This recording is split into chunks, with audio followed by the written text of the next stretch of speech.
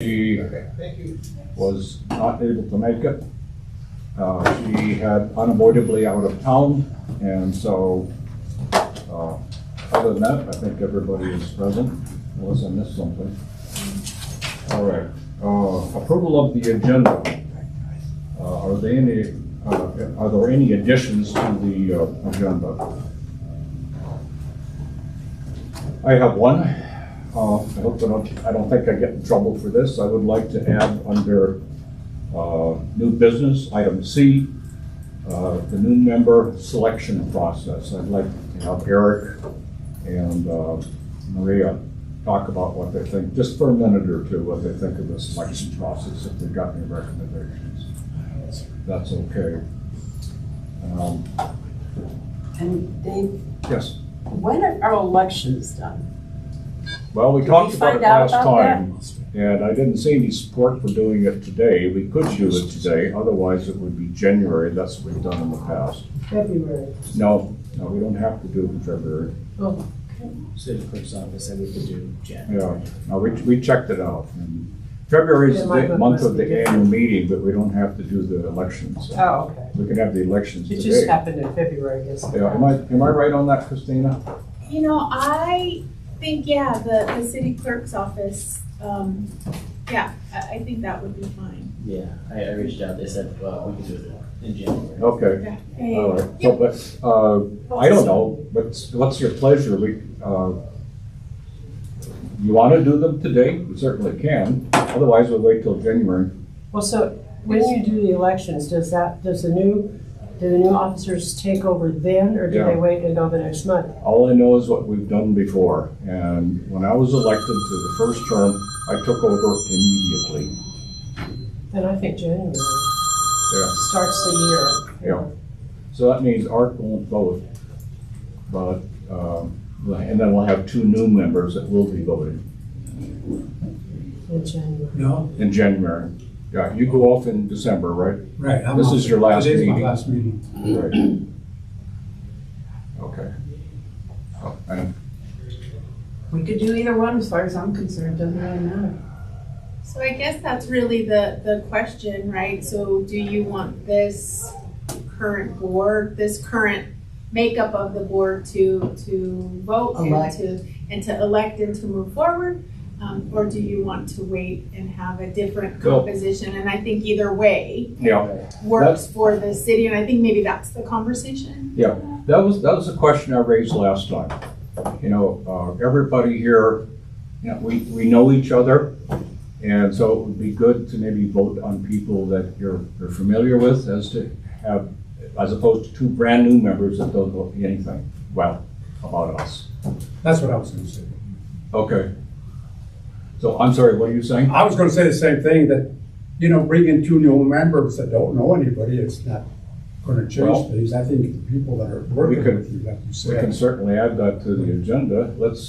So I think. Let's have a motion on It it. means to make them, I'd make a motion that you have the election of officers today. Okay, is there a second?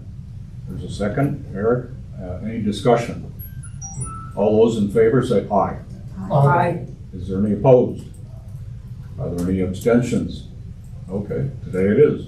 All right, so where should we put it? New business, I guess, huh? Right. I have to leave at 11:15 today, and I'd like to be part of that discussion. Put it earlier? I'm sorry? Can we put it earlier? Yes. How about after the public invited to be heard? Would that be all right? Or maybe after old business? Oh, wait a minute. Now Sandy Cedar is coming in about 10 minutes. We may not have time. Let's do it after Sandy Cedar, Okay. all right? So she's. So that would be item, it'd be a new item, it'd be A2 maybe, or it would be, that would be B, elections. Under and then B discussion would of be city C, manager? And C would be D. Is that okay? So, okay. B, C, and D, the new election of officers would be B, under new business. Okay, wait. I see Sandy Cedar, Yeah, she's gonna be here in about 10 minutes. right, and then I see discussion of city manager Let's change presentation. that, let's change that to the election of office. And make the discussion Right. see. And then we'll just move everything down. Is that okay with everybody? Okay.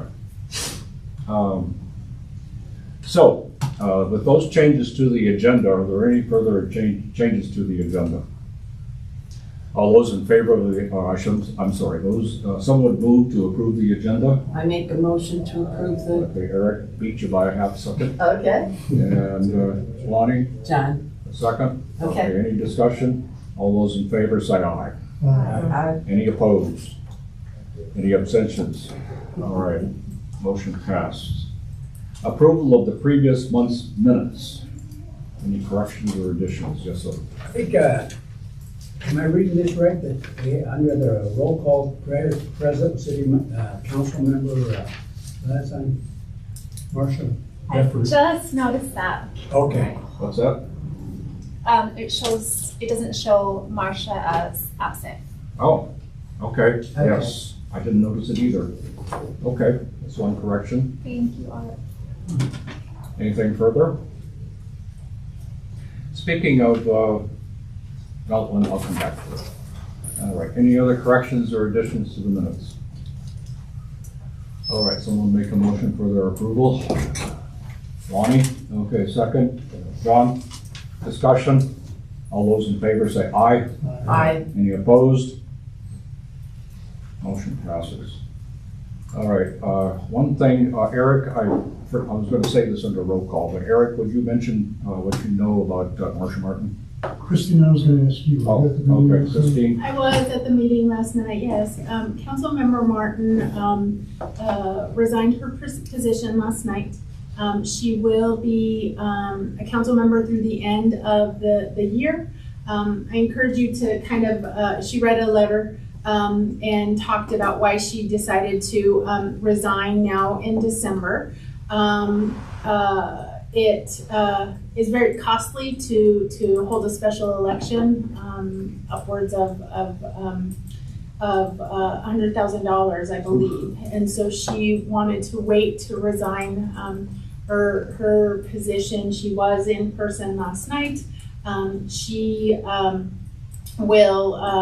it'll be effective December 31st. And then we will move forward for the process. And I'm not sure exactly what that entails to fill her position through the end of her term.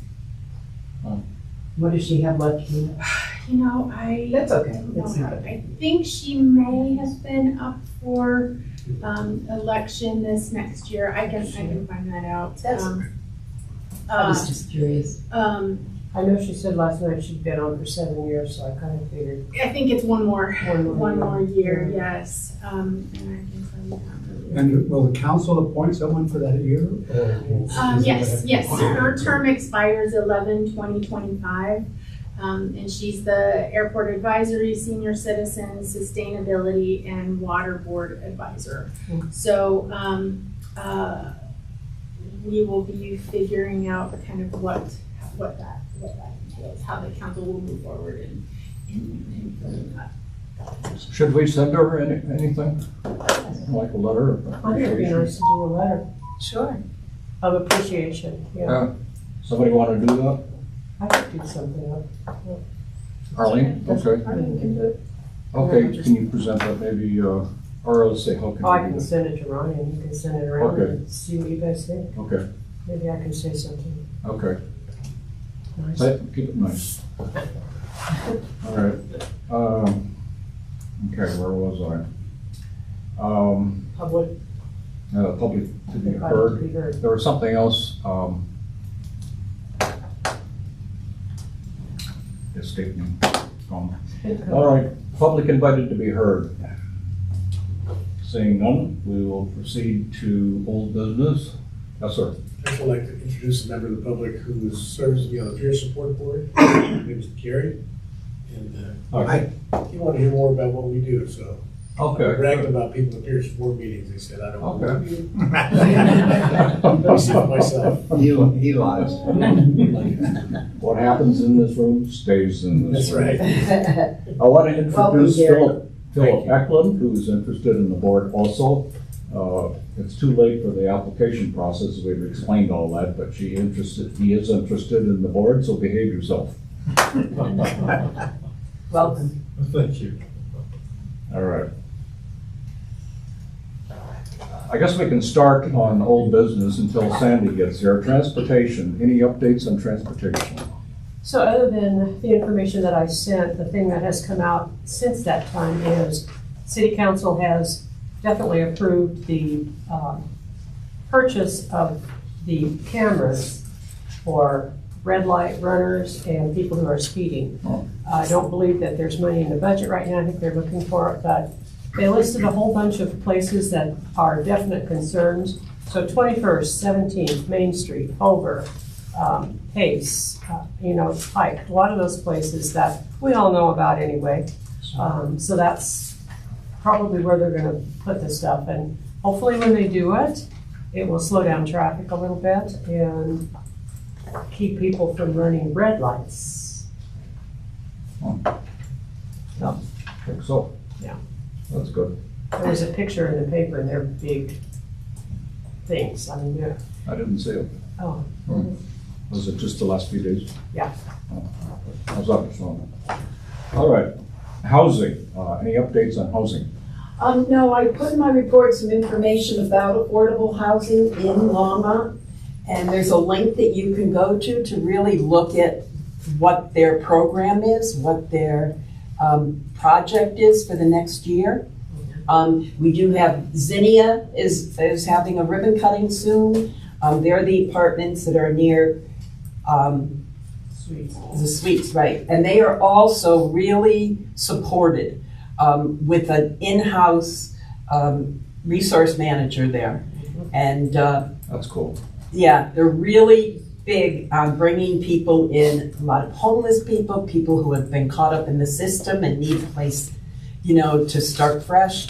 So that's being, it's already opened and that ribbon cutting is, I think, next month. And then the Ascent at Hover Crossing is starting. That's up behind Walgreens on 18th and Hover. It's behind there.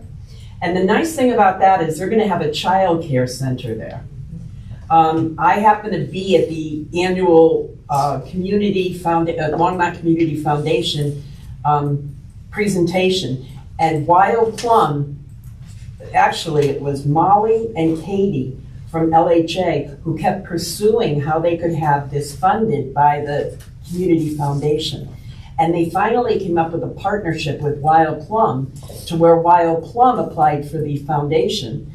And it was all approved and it was paid for by the Community Foundation. So it was a big jump for housing because they actually have childcare right in the building. So, and the guy from, Eric Hozempa from Community Foundation couldn't say enough good things about the work that Molly and Katie put into it because he said they kept coming back with more ideas. And when we said that wouldn't work with our criteria, they came back with another one. He said they finally had one that fit. So that will be starting building soon. I'm not really sure if they even have a date for when it'll start. They may be doing a groundbreaking in the next month. They already did the groundbreaking? Okay. So that's obviously continuing. And then our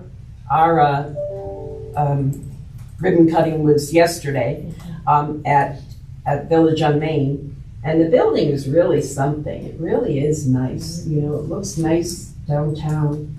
It already has such a prime location, but they really spruced it up and really made it look good.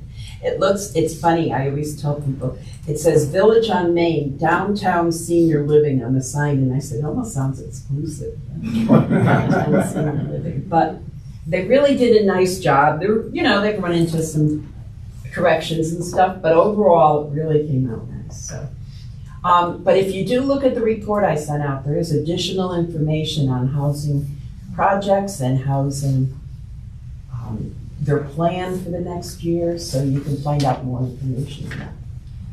That's it. I had a question. Did you have a question? I was just gonna say, can I add a couple of things to that? Sure. I went to Zinnia for a meeting down there, and I guess the thing that surprised me the most, and I don't know why, is the amount of young people that are there. So that was kind of that was just really a shock to me, at the amount of young people that were there. But the other thing is that that place is totally locked. You cannot get in there. And the housing authority facilities are not. You can at least get in the door and then you buzz whoever to get in. But this place is locked. You can't even get in the front door. But yeah. And as far as the place on Hover, Ascent, they have started. I saw the trenches. So I think they're getting ready to check up and get in, hooked up with sewer and water and that kind of stuff. So it's kind of neat. And their place, if you guys get a chance to go down there and see Village Aubane, it is really nice. Really nice. So they had a good thing yesterday. Good. I had a question, Lonnie. What's that? It's not directly on your report, but you mentioned it was funded, I guess, through the Longmont Community Foundation. Mm-hmm. Is that just housing? No, what it was funded, the child care center was funded. Oh, Yeah, the Okay. child care center was funded through the community, through a grant, partially, through a grant that they received from the Community Foundation. so, And the thing is that they were having trouble adding on the child care center, to the building budget. And so they were able to present it to the Community Foundation, and because it was Wild Plum applying for it, I see, they were able to give them that grant. I see. And they received, I was at the presentation, and I can't honestly say I remember exactly, but I think it was $100,000. Yeah. Do they fund other kinds of projects? Community Foundation? Sure. Okay. They They have also, a book, you can get it. It'll tell you how many things that they are So available like, to. I don't know, vans. I mean, do they fund other kinds of things? Nonprofits, from nonprofits. Nonprofits, okay. Right. Okay. they also received a grant from the Colorado Health Foundation for $3 million to be able to make that work. Okay. All right, well, thank you. Yeah, John? I went to the ribbon cutting yesterday, and I was impressed by, and I highly recommend people go to these when they come up, to hear the various people that participated in Longmont. Yes. Apparently, we gave a discussion about all of the people that come together, the funding they find. It gave me a greater appreciation of what this city does that you don't hear about. It's in a specific area of interest. Uh-huh. And they had the contractor who did the work there, they had all the various agencies that participated. It was quite moving to find out how much this city does for its seniors and the unhoused. Oh. Incredible. Yeah. Highly recommend going just to hear that information because we don't hear it otherwise. Yeah. Fascinating. And it was funny as people got up, the contractor, oh yeah, I was born and raised here, and then other people, I was born and raised here. So, it was really showing the amount of people who were long monsters. Yeah, there we go. Yeah. All right, I want to introduce, I think, is Sandy Cedar. Okay, I've never met Yes, you I'm in the before. right so- place. I know we talk all the time on the Yeah, phone, we've but talked, we never got to see each other. we've traded many messages. Yes, very true. You're a hard person to get a hold of. Oh. Well, we invited you today to talk about the legislative process, and I don't know exactly what questions everybody might have, but I got you down for 30 minutes, so that's a little flexible. Maybe you could just describe the overall process. I am most interested in the legislative process as it applies to the state. Now we have our own city legislative process, but I was thinking more of the state. Now maybe the others have other interests, but anyway, I'll just throw it open. If you could kind of introduce the subject, and I'll just throw it open for questions. Yeah, that sounds great. Well, thanks for having me today. My name is Sandy Cedar. I'm Assistant City Manager with Shared Services, so all the internal services for the city, everything from the financial functions to things like IT and fleet and community communications, that kind of thing is in the group that I work with. And I get to work with Christina. We are in the same office together, so that's nice. Get to see Christina more often. And one of my jobs is I serve as the city's legislative lobbyist and liaison. And so that's a role that I had even before I had this job, because no one else seems to want to do it. That's okay though, it's all right, because I like it, so it works out okay. But what that means basically is that I'm the lobbyist for the city council, which means that as they take positions on different bills, I'm the one that presents that to our legislative folks. I set up a legislative dinner. We used to do it in January, but we found that that's just kind of too late to affect anything, and so we do those now in May and June as people are kind of coming up with their next set of legislative bills. We do some work federally. It's pretty rare though, only because for the most part the federal process is way more convoluted, and there's a lot less opportunity for municipalities to kind of get in there and influence federal legislation. So once in a while we do, particularly around climate change, energy kinds of things. Sometimes when there's grants, transportation grants, or there's opportunities there, we'll certainly chime in on the federal side. But that's a pretty small amount of what we focus on. For the most part, it is the state process that we're taking a look at as a lobbyist, because the local legislative process is one that we're all part of and we have lots of hands in. So the state legislative process runs from January until May, and your state legislators, we have a couple of them in Longmont. We have Sonia Jaquez-Lewis, who is our state senator, and then Karen McCormick, who is our state representative. We also have folks that are kind of around us that also like to get involved and like to hear from Longmont as well, which is always nice to hear. So we have some representatives in Boulder and some that are kind of Louisville oriented that when we redistricted, we really pretty much redistricted in Karen McCormick's district. So we are in touch an awful lot. So they start in January, they end in May. They usually present about 800 bills during that period of time. And so I track all of those. And so when I say that, what I do is as they introduce bills, I read them. I determine if there is a municipal impact or not. If there is a municipal impact, and that means that it's either going to benefit or be detriment to the city or to the community, I'll send that to city staff all over the place. So I'll send some to Christina. I'm not sure that Ronnie's got a whole lot yet, but a few maybe here and there. And so we'll continue in doing that. So I send that information really to all of our staff members. They then chime in and say, yes, this is going to be helpful. This is not going to be helpful. This doesn't really affect us. It doesn't matter. And I track all of those things and make that available to the public online so that you can see all the different bills that we're tracking. In the end, I end up literally tracking about 300 bills, 300 to 350 that usually have some kind of municipal impact. But I read them all, just in case. Sometimes I miss one here or there, and so it's nice because the staff members will sometimes bring up one that I didn't see and say, hey, what about this one? What about that one? After they give me their opinion, then I'll also check it out with our state agency, which is the Colorado Municipal League. We also meet every Tuesday and we talk about what bills are coming up that are going to matter to municipalities.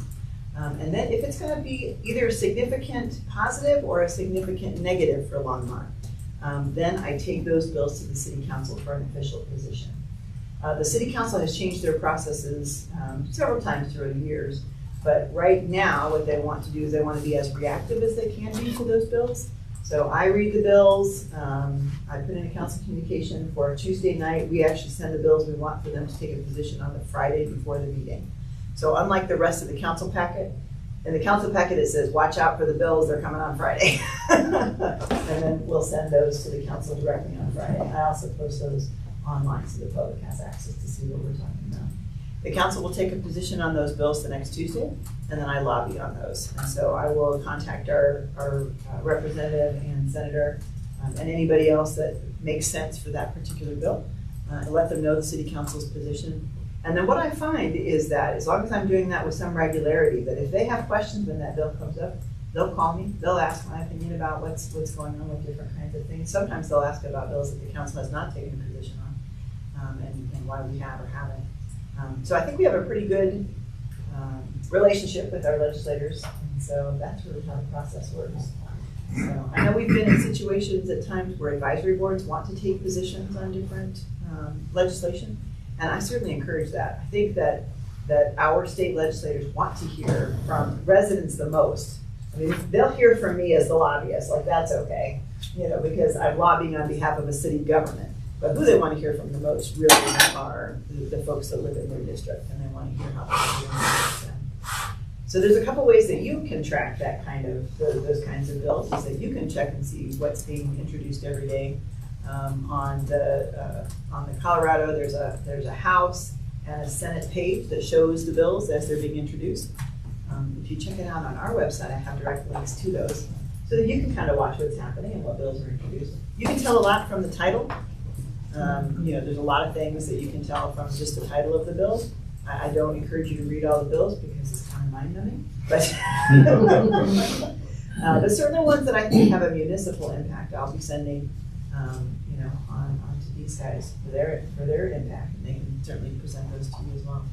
I think it's great to get involved in our local government. I think it's really important for them to be able to hear from you on issues that are important to you.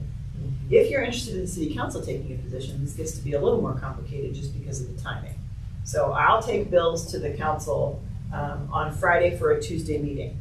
If there is something that you're interested in the council taking a position on, you can ask the council to take a position on the bill, and oftentimes they will then direct me to do that.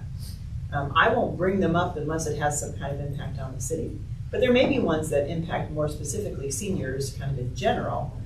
And so in those cases, you're welcome to ask the council to ask me to bring those bills.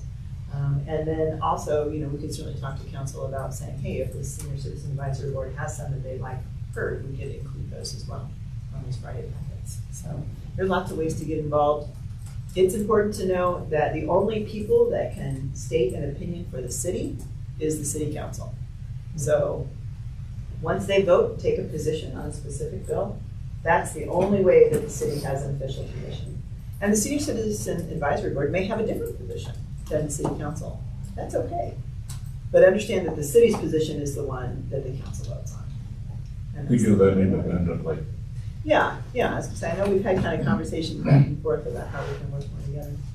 So that's kind of the legislative program. I spend a lot of time on that between January and May. I'm always glad when it's time to adjourn and sign die.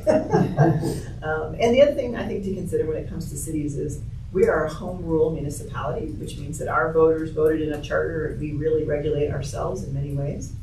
And so for the most part, we're not lobbying for things at the state. For the most part, we're not asking the state to give us more rights or responsibilities or any of those kinds of things because we rule ourselves. We are home rule, and you do that through your city council. We do spend more time saying, don't take that away from us. So we take more opposed positions, I think, generally, than we do support positions. But certainly when there are programs that might be able to help people or grants that might be able to assist some of the work that we're doing, those are the kinds of things that we'll certainly support. But if you see a lot of negative coming, it's because we're protecting our rights as a home rule municipality. And that's different than the county. The county only gets their rights from the state granting it to them. So you'll see the county asking for more rights to do things, while we're saying don't take away our rights for doing things. Does that help? Oh, absolutely. All right, very good. What Questions? can I answer for you? Comments? Arlene? So, Sandy, at this point, are there bills that you are aware of that are coming up that would possibly affect Longmont? And as the advisory council now, that also would possibly affect the seniors? So I haven't seen any senior bills coming through quite yet. It seems like the legislative previews that I'm seeing really focus on public safety this year. Okay. So there were quite a few public safety bills that came after the murder of George Floyd that were really trying to hold police officers accountable. Mm-hmm. Some of those had some really weird unintended consequences. So I think there's a round of bills that are now trying to clean some of that up to try to hold accountability without hamstringing public safety folks. So I've seen 5 or 6 bill drafts around different aspects of public safety. Housing is always an issue. The last few years, the governor's priority has been ensuring affordable housing to the point where he really felt like it would be better if the state did the local planning rather than the local planners, which we, by the way, disagree with completely. We really think that that's for our council, and for our community to determine, which is an interesting space because the state was saying, you must have accessory dwelling units, you must be able to allow that. Well, we already allow that. We already have a very progressive housing program in the city of Longmont, but we don't want the state to tell us that. So it gets to be a little funny sometimes in those types of bills. So I'm certainly seeing some housing bills. I'm seeing a few environmental bills. There's, I think, a battery consumer production kind of circle act where they're trying to make sure that people who produce batteries are able to, also provide funds to dispose of them properly. Especially, I think, as we have, now the first EV cars are now coming to the end of life. And so those batteries are serious batteries, yeah. That's a serious thing. So we're seeing a little bit in the climate world and the environmental world. I certainly saw a lot in public safety. I just sent those over to our public safety attorney, like, hey, that's up. There's a bunch of stuff happening there. But I haven't seen anything particularly that would either help or harm the senior population. Art. Yet. Sandy, is there anything that the city or state has done that you've heard of as far as the mass deportation? It gets to be a real big issue because obviously that's going to affect a lot of employment places and or businesses and stuff like that. So I was just wondering if there's anything there. I appreciate you throwing me an easy one. That's a, we've been actually talking about this. Harold and I were just talking about this actually just yesterday with Carmen in the room. What are some of the differences? I think it's important to note that our police department are not federal agencies. They're not beholden to federal agencies.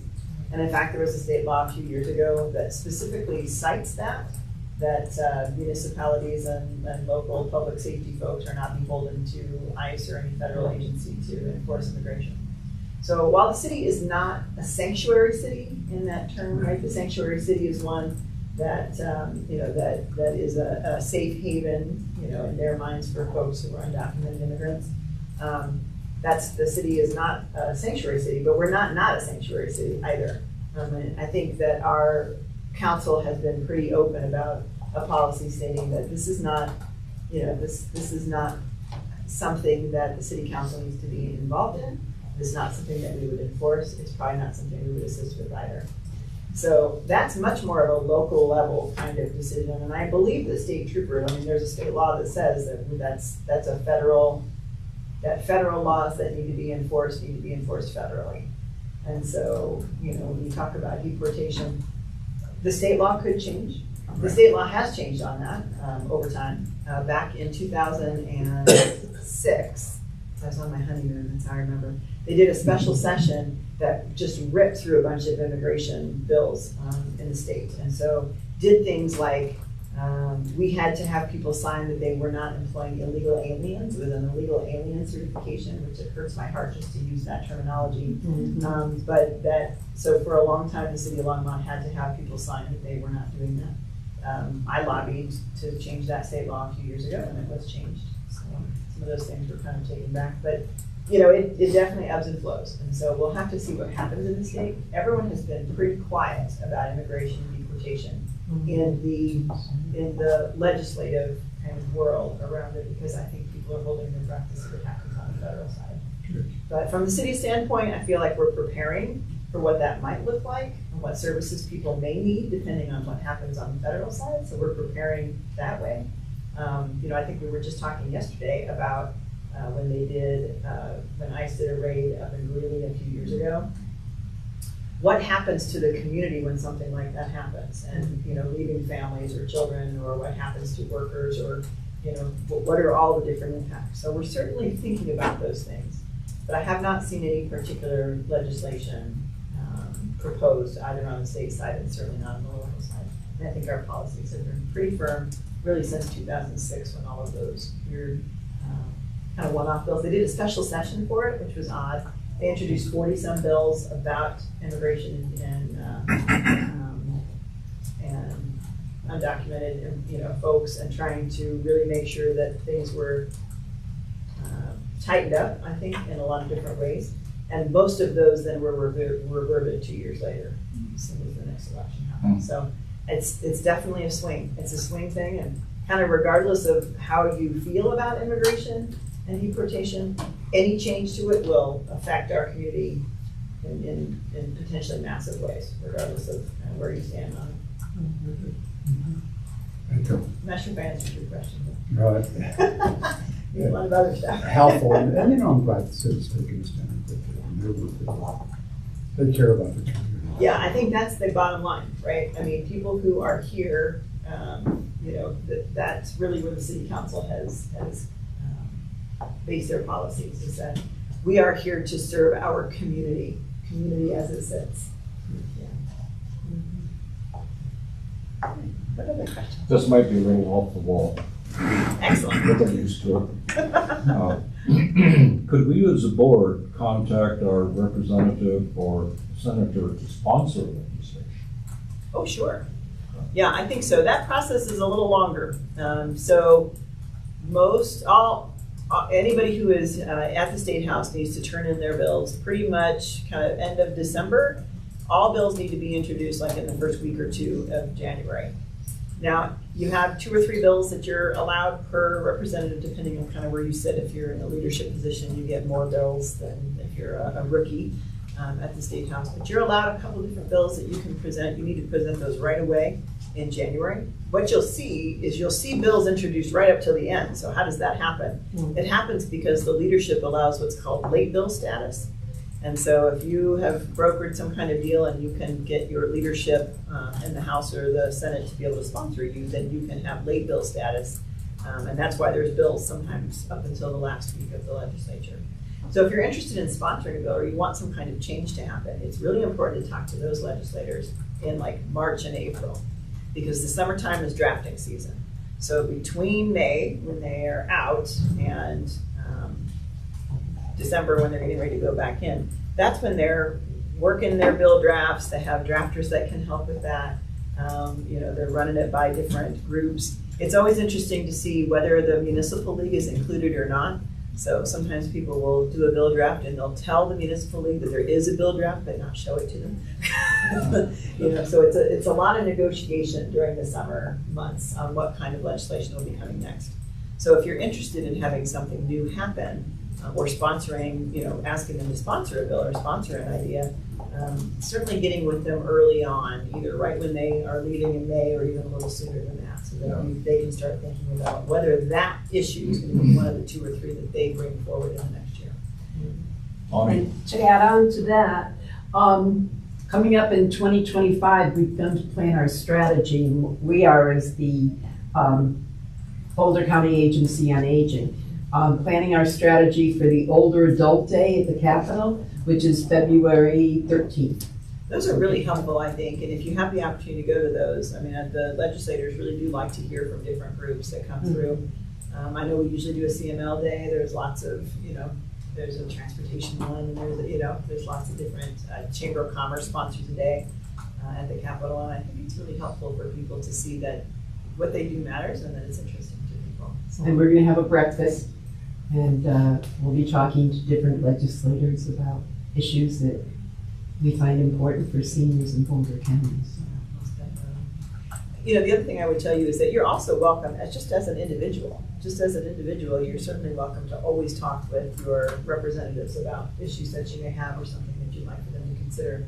I do think there's a little more weight behind it when there's a board that decides to do that, that's representing a group, similar to the city council or the senior citizen advisory board. I feel like that kind of adds a little bit of momentum when you're talking to somebody, one of the legislators, but certainly sponsorship, there's no reason why not.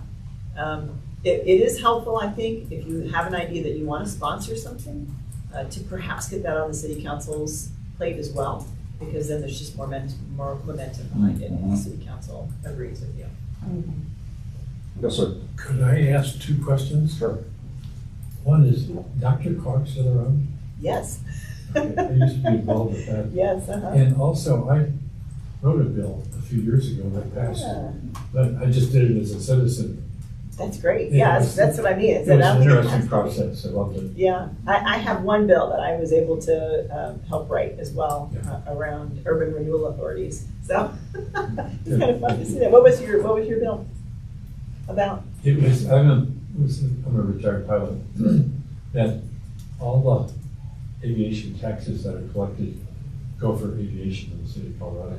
And it's sponsored all sorts of weather stations all over the state, and they did a whole lot with it. Oh, that's so great. Well, congratulations. It's a big deal to get a bill passed. It started out as a noise bill, but all of a sudden the government's really jumped in and it got changed to, which is probably more useful than the noise part. It's amazing to see how things change as they move through the process as well. If you have one idea, people say, well, let's add this thing and let's do this other thing. Yeah, my bill, the part that I wrote was that you can no longer call an agricultural parcel blighted for economic development purposes. You can't say, oh, that vacant piece of land is blighted, so therefore we can do tax increment financing on it without agreement from other entities. Yeah, because I think there were communities, and I think the Gaylord Rockies was a big deal at the time, where they blighted that whole farm field and said, well, it's agriculturally blighted because it's, and that's not the point. The point of blight is to be able to take a place like the sugar mill, for example, and say, that clearly looks blighted to me, and to be able to create some incentives to be able to develop something like that either has environmental or other kinds of really blighted issues. So taking a farm field, a couple of our sister cities did that, and it just didn't bode well for the group, so we decided to self-regulate a little bit. Lonnie, did you have another question? Yes, last year there were a couple of things that came up for seniors. And so we ran into logistical issues with trying to get support for it. So for instance, we wanted to let people know here that they could contact their legislators. And we didn't know if we could put it in to like the email that goes out from the senior center. We didn't know if we could put a sample letter in. We didn't know if we could even announce it and say, here's what's going on, here's the bill. If you'd like to vote on it, please contact, and just put their addresses for the things. So before we see this year, if there's anything going on, what would be things you could say would work well with getting the word out to get people to then contact legislators on their own? Yeah, because it gets tricky, right? Yeah, it gets does. tricky because the newsletter is paid for by the city, Right. and the city only takes the position when the council takes the position. So that's where it gets kind of tricky. So if the city council agrees with you, takes the same position, go for it, right? It could go anywhere. If the city council takes a similar position, then that's the city's position. And newsletters can be used to spread their position. That's totally open game once the council takes a position on a bill. Would we be able to put sample letters out in the lobby? Yeah, so that's a good question. So as the Senior Citizen Advisory Board, right, so you are the task force who are advisory to the council. So like I said, sometimes if it's something that the council doesn't agree with, then it gets to be extra tricky. Right. Then it gets to be extra tricky. But certainly as the board and the advisor to the city council, I think it's important to be able to say, hey, in this week's meeting, we talked about these things, and here's some things that you can do if you want to learn more. It feels to me like that's within the scope. It's and if you said, hey, the Senior Citizens Advisory Board is going to put out a couple of different letters, I think it's tricky because, like I said, who puts out those letters? Is it you making copies, or is it Senior Center making the copies? Which, so it gets to be tricky. The best thing I think to do is to be able to identify those really early, to connect with me, and let's get a council position on those. Because for the most part, the city council is not generally going to take a position against seniors. Right. It has to be more complicated than that for them to, and I know we've had a couple of those, right, where it's been trickier than just, yeah, exactly. Is it good for seniors, or is it not good for home rule? Those kinds of things. I'll give you an example. Sales tax. We collect our own sales tax. We don't want the state to collect our sales tax. We do it ourselves because we just trust ourselves better. We levy the sales tax. We want to collect it. We know we can audit it. We want to control the process. So once in a while, somebody will say, well, what you really should do is exempt sales tax for this thing or that thing. And the state says they want to exempt sales tax for this thing or that thing. We may already exempt it, but we're still gonna go against that bill because we don't want you to tell us to do it. Right, and so that's where it gets tricky when it comes to things that are either for seniors or against seniors, right? Is how does the home rule municipality portion of that click in? Yeah, Eric. so- If we present something to you, how long does it take for you to review it and get back to us? Generally speaking. I've probably already reviewed it Okay. by the time y'all see it and take a look at it. And I think one thing that we could do, I could do potentially a little bit differently this year. So I read the bills every day and I send them to staff probably every 2 days, 2 or 3 days. They'll get a giant font for Christina. I'm like, and here's everything in your area, all your areas. Because all the directors are always copied on anything that I'm sending out to everyone else. But I have not paid a whole lot of attention to senior issues, mostly because they don't impact the municipality. They impact residents in the municipality, but not necessarily the municipal operation itself. But I'll watch out for those more and make sure that I send those, with more regularity, so that way you kind of have more idea of what we're seeing. Because I think it's really tough to track them otherwise. I think it's really tough to be paying attention to what's happening. If you sent me something, as long as it's before Friday, I can review it and get it in council packet on Friday. So that's kind of my time frame. I usually spend Friday mornings preparing what goes out to the city council that day. And so that way I'm very last minute. It's like to the minute. Here's the very last moment that I can send things to the council. So if you sent me things anytime before that Friday, I could review it and include it in the packet if it's something that I thought had a municipal importance. Or even just shared that with the council. Hey, Senior Citizen Advisory Board would like for you to consider this bill, and their recommendation is this. John? What's the actual process, Sandy, to get information to you by Friday? Email's great. Email. Yeah, and David has my email. And we get to revisit. So yeah, just email me. And particularly if you guys are having a board meeting, you've taken a position on something, just send them to me. Yeah, as soon as you do, and then I'll be able to include that in the next packet. Send you the notes and just highlight. Yeah, that would be great. Yeah, that would be helpful. Yeah, because you're in a tricky position, right? Because you're representing seniors in the community. And that is incredibly important work. And you're also advisory to the council. So you also, it's not a completely independent board, but they want to hear from you, right? That's why you're advising them. Sandy, is your email Sandy or Sandra? Sandra, thank you. And it's Cedar with an S, S-E-A-D-E-R. At Longmont Government. Yep, you got it. And I think I would appreciate certainly one person maybe being the one that says, the board voted on this. Send it that way. If you as an individual want the council to consider something, just come to public invite to be heard, or send them an email on their city council or give them a call. On the website, if you go to contact city council and you fill out the little form, it sends emails to all of them instantaneously. I think some people look at a form and they're like, well, is that actually getting anywhere? That form goes directly to each of their emails as individuals. So they don't have to check anything else. They will get your email directly. So if there's something you want to take a position on as an individual, email them, call them, speak at public invite to be heard. They can give me direction on any bill they want at any time. So there's been bills, I think we did some on early childhood at one point, that really didn't affect Longmont per se, but would affect the state overall when it comes to early childhood work. And so the council asked me to bring that back. And so I sure did. Did you say that there was something about enforcement, like traffic enforcement, that included 17th Street?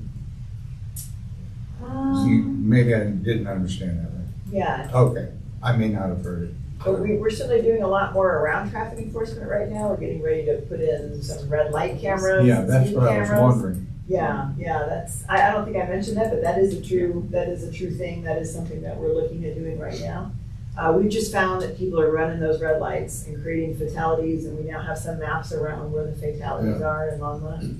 And so to be able to put some enforcement there when you can't have a police officer. Yeah. I mean, I don't think anyone loves a red light camera, unless you're the person that got hit by someone who ran a red light, And so Harold's really wanting to be proactive around some of the traffic safety things. Vision Zero is a policy of the city council. Vision Zero, the goal of Vision Zero is 0 deaths due to crashes. Not 0 crashes, things happen, things happen.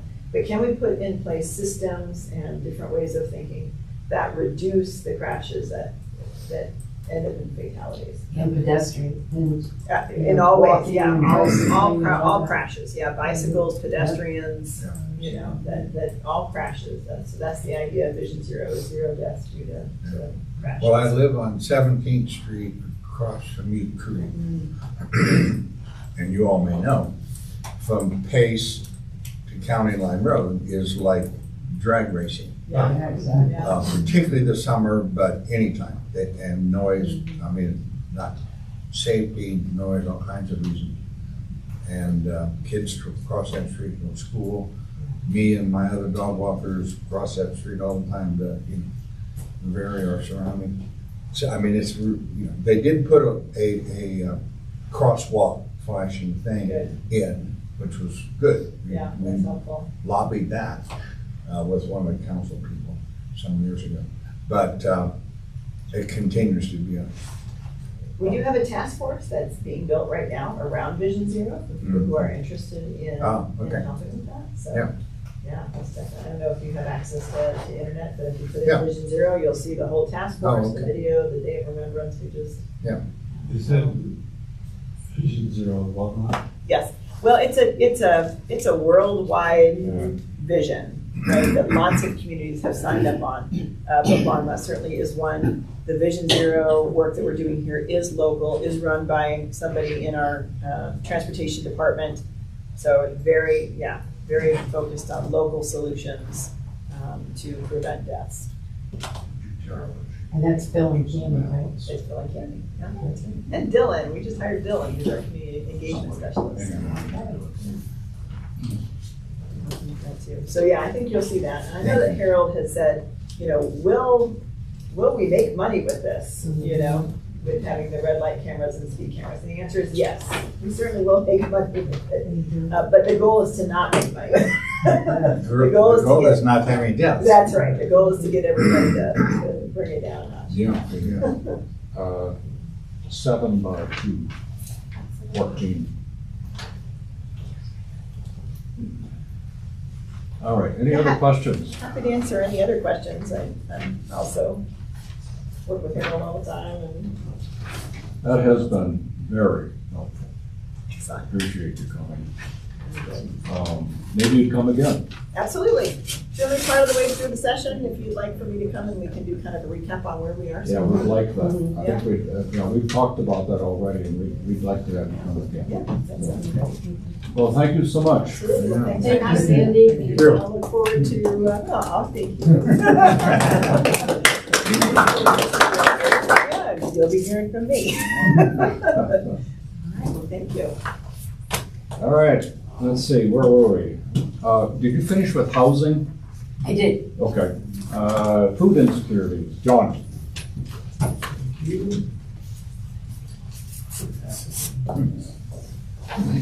The handout here is from a lead article in the Boulder Weekly.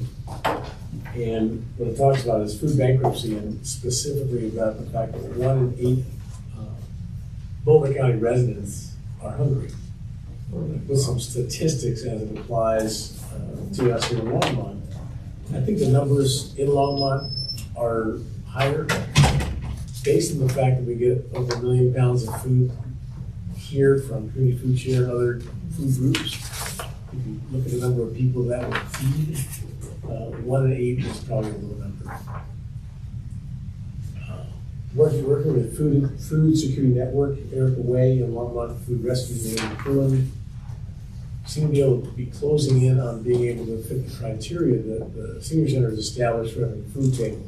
We're getting pretty close. We should have something surrounded by end of this month or early January to see if that can come together.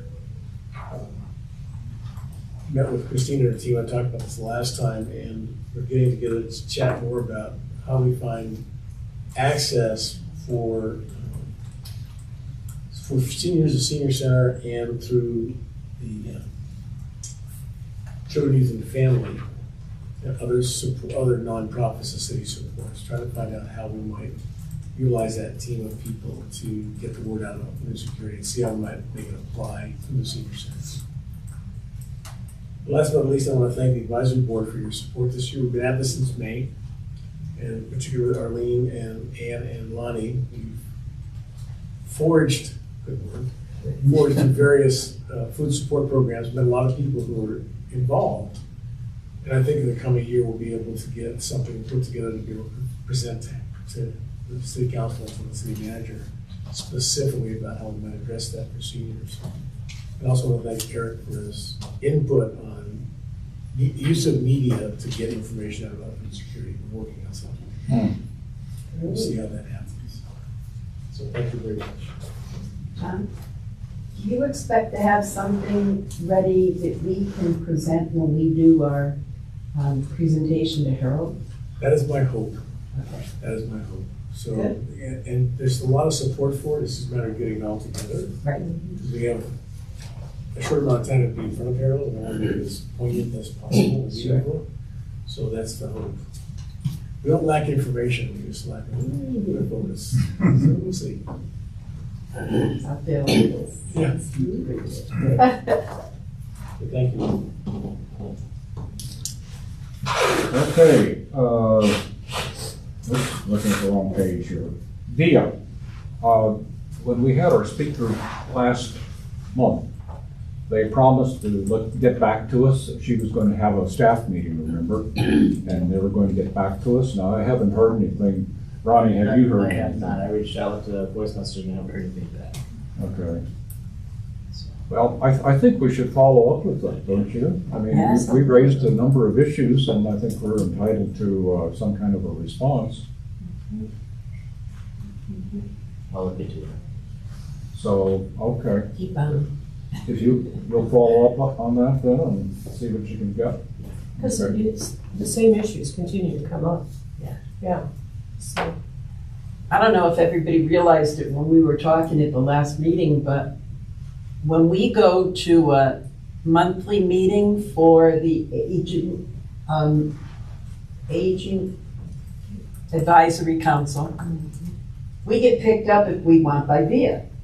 And they'll swing around, swing through Lafayette, Longmont, and wherever we're going. And we always share the meetings every month for another place in Boulder County. So we go to Netherland, we go to Allen's Park, we go to places farther than just Boulder. So VIA will swing around and pick everybody up accordingly and bring them to the meeting. Well, it was at the meeting that they were at 2 months ago that VIA couldn't get back to pick them up. And the woman who's co-sponsor with Arlene works at VIA. She's the one that drives. And yeah, they just didn't schedule it or whatever. So that's how much it's impacting. You know, it's not just, I mean, it's impacting to the point where scheduling is just not followed up on. So I just wanted to make that point because that really hit home when they couldn't do that. Not that they should make special treatment, but, you know. Yeah.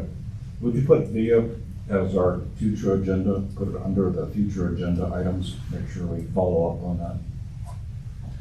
Okay, new business with Sandy. Oh, I thought that was quite good. Yeah. I liked it. Okay, elections. I don't know exactly how to do this other than just open it up. I'm thinking, yes, sir. I'd like to nominate Lonnie as the new chair. I'm sorry? I'd like to nominate Lonnie as the new chair. Okay. It's one nomination. Are there any other nominations? Yes, I'd sir. like to nominate John as the new chair. Okay, we got Lonnie and John. Anybody else? Any further nominations? And I guess the nominations cease. I guess at this point. Now, I'm here at this meeting, I have a right to participate in this Still one, on? right? I'm sorry? I would like to, I have a right to participate since it's a December meeting. He can vote. Yes. Yeah, you can vote. I wanted to nominate Dave also. I don't think you can do it again, can you? I think I can. I don't know, Christine, Ron, do you know that? I think you can. I mean, you're still an active board member. I don't think it's term limited. It's as long Yeah, as until he gets off the board, he Right. can serve on it. But is there a guarantee that he's back on in January yet? Well, I thought it was approved. Well, I thought it had been approved, yeah. It- I was told by the city clerk that I would be appointed. Okay. Because, Right, yeah, yeah. Standing members are appointed. Has the council voted on it? No, not for new members, not yet. that'll be the next meeting. Right, right. Well, okay, Have we nominated? Yeah, standing Okay. members, standing members are, since they've already gone through the process of being appointed, then they would continue if they re. that'll be the third time, guys.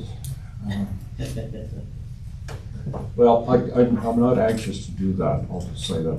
Okay. I've had 2 years, and it's a fair amount of work, you know. You guys have all done this before, you know it's a fair amount of work, so. All right, shall we vote?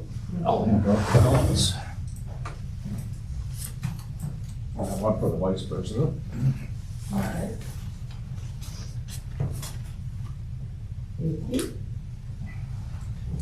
Got the official ballot? Special ballot, yeah. Now, I don't want to be accused of fraud. Secret slot in the box. Right, yeah, that's at the box. Make sure you fill in the whole circle. The trouble is you can't. It's a black or a blue pen, right? I should have done it when Sandy was here, make sure we were doing it right. That's fun. You know, I called Ronnie before the meeting, I said, can you find just 2 more votes? Let's see, I got everybody? Yeah.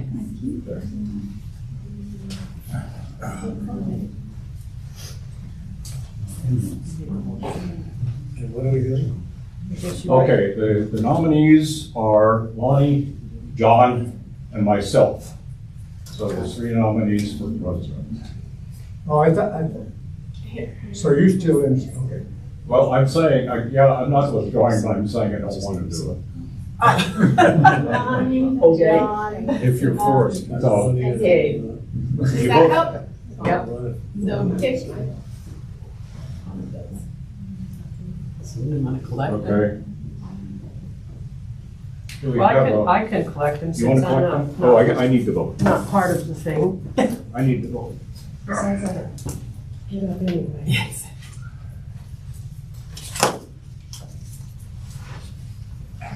Does everyone get stickers? I think so. Oh, What's that? Have you voted, Art? the suspense. And John? Oh, well, we only need one.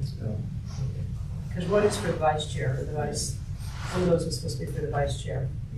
I thought we'd vote twice, once for the. Wait, no, you gotta wait you have to to wait vote for the chair. Yeah, So we're vote just for the chair. voting for the chair. We're just voting for the chair right now. Yeah. I gave everybody 2, Well, I voted early. so. And here's that. Did you give it 2? Wait a second, you have one more than you Oh, I need thought I then. had 16. 4, 5, So- 6, how come I got 7? What's mine, or identified, because I. Yeah, there should be 7 ballots. okay, if you put vice chair, we're, Did you put vice chair on? here, do you want me to, look at them and then I'll give you back the one that Is says it? vice chair? Is that I vice don't know chair? that it says That's that. Okay. We got Oh, it. good, you did it on the outside, good, thank you. Little confusion. Okay, you wanna tell me when we're working? Okay, all right, let's see.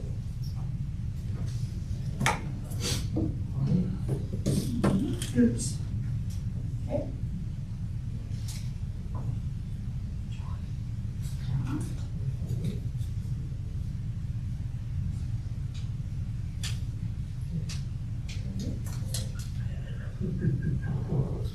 Neck and neck. Interesting. Yeah.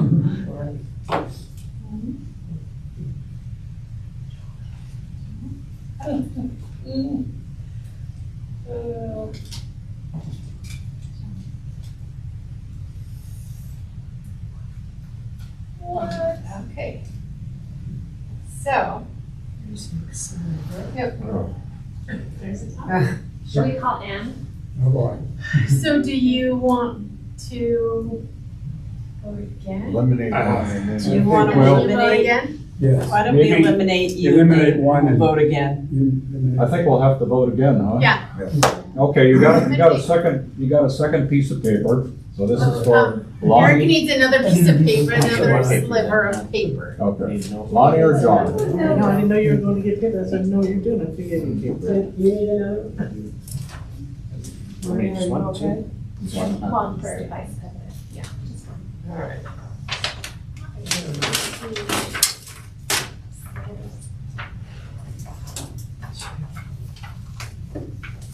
Okay, we need some more paper.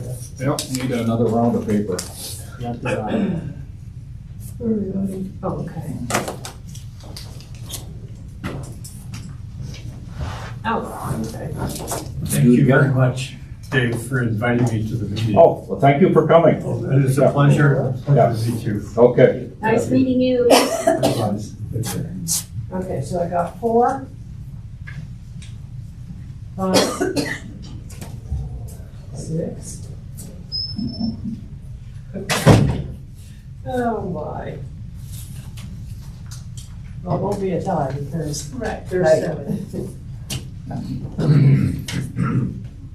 Thank you.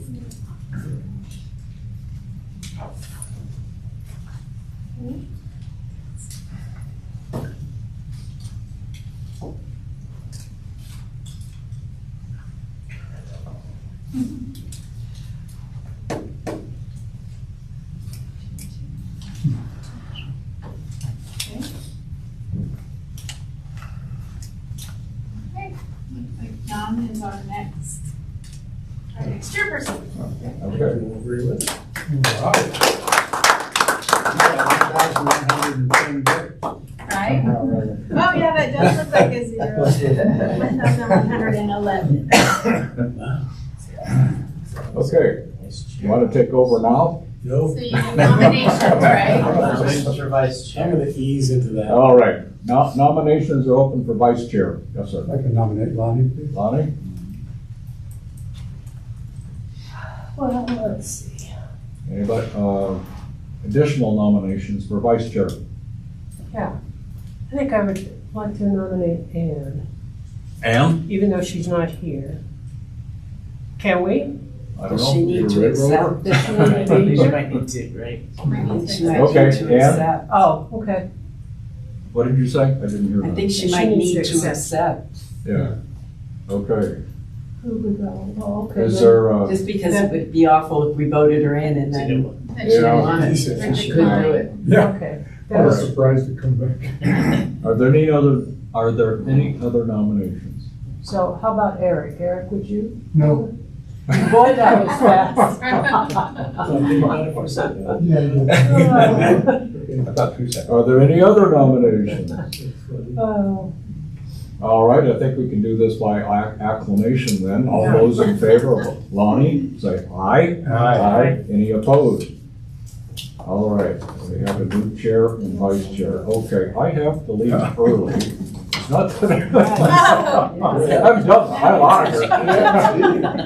No, I do have to leave earlier. Let's see. Okay, I'll go down to, item, what, it became D, no, I'm sorry, discussion of the city manager. I don't have anything in particular in mind here, but I thought we should talk about it a little bit. And so I thought I'd, and maybe you've discussed it as much as you need to under your reports, but I would ask each of you, maybe starting with Arlene, you know, how you think we might approach Harold on our discussion in March. That reminds me, do we have Harold on the agenda for March? We don't, but we can set that up. Yeah. Future agenda items. Okay, let's get Harold on the agenda for March. I guess it's obvious how we could approach this, but I'll just give you my 2 cents worth. It seems to me we could approach it at least a couple of ways with looking at Harold as kind of a dry run for the city council. One way is just to summarize, the issues, like housing, for example. What are the issues that are important, and describe the situation, maybe give support and accolades to the senior center for what they've done. The idea being to make sure that they know what's going on, keep it visible. And I guess that would be it. And that in itself, I think, is worthwhile. And then the other thing we could do as part of that, you could make specific recommendations. And I don't know whether you're at the point where there's additional recommendations you would want to make. I think in the case of food security, there's definitely, if you're ready for those specific recommendations. I would like to present to the board, probably next meeting, because I got 5 minutes and I gotta be out here. Mental health and possibly employment. I've been doing some background work on employment. And if you approve, I'd like to at least describe the situation as it is and just make the council aware of some of the things that are going on, the situation as is. And maybe make no recommendations, probably make no recommendations at this point. So anyway, do you have what are your thoughts? I was here last year when Harold came and attended the meeting, and I didn't hear much from people here. Harold gave a great presentation about what the city was doing, what have you. So if we're gonna do it, I think we should organize specifically to report to him and then hear what he has to say also. So something specific to give him on housing, transportation, and what have you, mental health. I know there's a lot of issues going around that. I don't hear as much about employment.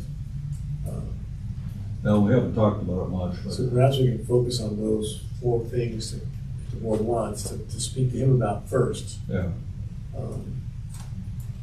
Just to throw it out for us to discuss it. There's just one quick thing. Unemployment, I do know, I've been talking to the people that grant the money. And with the department is it, anyway, the Title V under the old age, Title V under the old age act, the Community Services Employment Program. Yeah, there is money available every year, and there's 8 grantees in this area. And so there's money available for employment. And so it's too late for this year. It's something we might do next year. I'm sorry, who did I cut off? That's okay. And that's for seniors? Yes, Okay. 55 and older, I believe, based on need, veterans preference, another handicapped, I think. Okay. Yeah, I think it's worth pursuing, it really. Yeah, sounds good. Yeah. I know last year when we did it, Harold did a long talk in the beginning, and then we each did a little presentation. I remember doing mine on housing. And, but yeah, we can actually ask him if we could do that first, because Harold can talk. Yeah. And, kind of, sometimes he gets kind of lost in what time it is and stuff. So if we asked him if we could do the presentation first, then he can fill in any of the gaps we may bring up, then that may be a good way of doing it, so. Yeah. So can we then focus on the 4 items we just mentioned, housing, transportation, food insecurity, and employment? Can you do a piece on that? Transportation was mentioned, mental health. Yeah. Do you want transportation to be part of it? Whatever this group decides is fine with me. Well, why don't we leave it as an option? Why don't we Well, it's one of the put it as a focuses- category? It's one of the focuses of the group. Yeah, Exactly. I could, It wasn't mentioned before, but it is one of the focuses, so. I could provide something on employment easier than I could mental health. Mental health is so huge. Pretty big. And There's a lot being done now. yeah, just in this that's group. something I think I could get a handle on between now and March. With a dry run perhaps in February, Mm-hmm. February 8th. Yeah, yeah. Are you So- going to stay on as the representative of the advisory board to the Friends? Yes, Yeah. Yeah, I'll stay on as friends, the rep to Friends, and I just see a great connection there. Yeah, there's potential there to Yes. really make a partnership. Yes, that's exactly what I'm working on, is a partnership. Yeah. And I will say, I'm gonna leave in about a minute, that I think there's a lot of room for partnership there. At the last meeting, I did mention that we would like to be a part, and I think this goes back a couple, 3 meetings that we agreed that we'd like to be part of their strategic planning process. And I don't know, I think it hasn't done much so far. I mean, you haven't come to any recommendations at all, so I think it's still wide open. It's my sense of it. I think it is, and I think what's happening now, there's elections coming up on that board as Yes. well. Yeah. And I think there's some changes in direction, and what you'll see is some of the committees falling under specific board members. Yes. So there's more impetus to keep chatting and getting things more Yeah. organized, so there's some changes coming there. So I will just say, and I think it's consistent with the board, that we developed a good working relationship, and obviously that works to our advantage. You know, if we have something specific, like bands, you know, we can recommend it and maybe get some money. Is there a good process we can start to get ready for, to be part of the strategic planning? The strategic planning is the venue for the current acting president, Liz Walkout. She's trying to set the meeting this month to get that more organized. Okay. They've been pretty bogged down with the changes on the board. David Vance approved, which they did get done. Yeah, that's great. Ronnie's gonna move, once that was done and approved, he's also now asking for some help with audiovisual stuff here. Good. He has a price tag for that already, so the board's now mulling that over. So there's a lot of activity all of a sudden to spend money here at the senior center. Excellent. So it's changing what's been going on for a while. And concurrently, that they're also looking at doing more fundraising, grant writing, whatever. They're also looking for a focus of what to ask money for, how to spend it. So there's some activity there. I think Dave's involvement would be a connection back to the advisory board, really critical. We represent the same people, we should be talking to each other. What happened? Thank you. Oh. All right, I just want to say, it's been a pleasure, it really has. I mean it, it's been a pleasure. And Art, you're leaving the board, and you've been a great help, and I've appreciated you being on the board. And good luck on Friends, you're gonna be on Friends, right? No, I finally. Sorry. His wife said he Okay, I could thought you were. He's taking a breather. It was difficult, Okay, all right. He's taking a breather, but Art, you Yeah. have been appreciated on this board. You are like the face of this board. I've enjoyed serving, I've learned a lot, and I tell you, the opportunity to meet more people, like you folks, and the dedication that you have. And, I really feel proud of this community, and I'm very proud of Ronnie and his staff for what they've done here, and what they're doing, and so we're in good shape. We're really fortunate here in the city of Longmont, I'll tell you. They really are. So thank you for giving me that opportunity. Thank you. You're gonna be missed. Thank you. Well, it's your meeting now, so you're still the guys. I'm not the vice president. I am. Ronnie. So we can do the reports next. Managers, why don't you take over, Ronnie? All right. You have a lot of time, so don't worry. So we made our board recommendations for 2025, and we sent them over to the city clerk's office on behalf of the Senior Citizens Advisory Board. So we reached out to everybody to get approval to move those recommendations forward.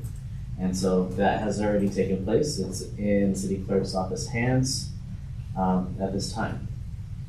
Do we know who it is or not yet? Not yet. Okay. Right, it has to be, That's it has to be announced first by, It's okay. yeah. But you did send us an email with the names on there, right? Yeah. Right, to confirm those moving Yeah. forward. Yeah. So, we're currently working with our Northern Arapahoe friends to get the Alder Exchange up and running. They had a change in leadership. And so when some of their leaders came down for our Native Heritage Month celebration. We were able to make those connections, and we're in a position now to really get this up and moving. So I received an email this morning to see if we can meet Friday to further discuss this, to see if we can get this going as early as March. Nice. So there's more life back into this conversation, and we're excited to kind of see where this can go. Also currently working on interviews for our vacant bilingual office assistant position. We have those set up for next week. We have three great candidates, excited to see what comes from that. We have our interview team ready to go. So once we have identified who our candidate is, I'll bring that to our next advisory board meeting. As you all see, we have our new Go catalog out. Hot off the press, so we got these in. Really excited about this, about this upcoming season. So again, we moved to 3-day cycles instead of 4. So this is our winter-spring catalog. We are continuing our Coffee with Leadership, started for the year for 2025. So we have 6 total dates identified. For Coffee with Leadership, and I wanted to reach out to you all to see if you are available to sign up for any of these based off of your availability. If I would like to have our advisory board be a part of this conversation, we'll see what openings there are, and from there, if we need to see if someone has availability to double up and go to a couple of them, that's And how do we awesome. do that, Ronnie? I'm sorry, I just talked and I didn't even raise my hand. It's I'm okay. sorry. But how do we do that? For volunteering?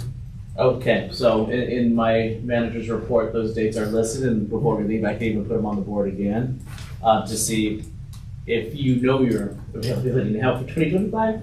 You can sign up, but if not, just get back to me as well based off interest, and I'll just keep it a running email at that point so our board members can see what dates have been filled and be able to plan outside of those.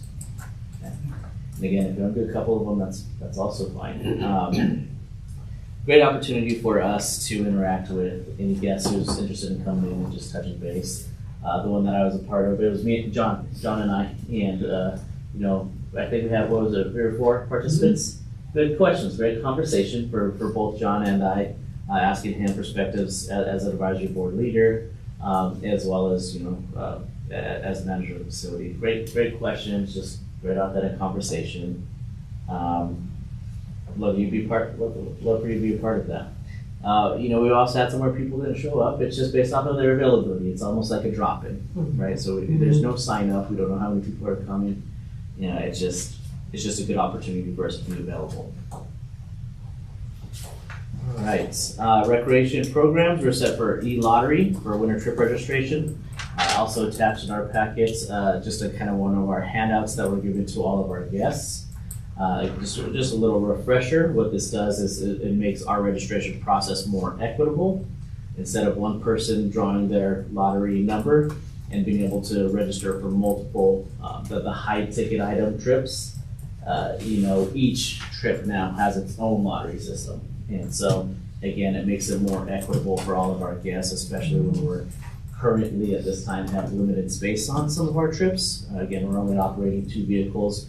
In the works of purchasing 2 more vehicles for 2025, hopefully, right? We get it in time before this year is over. But again, in the meantime, it just makes that registration process more equitable.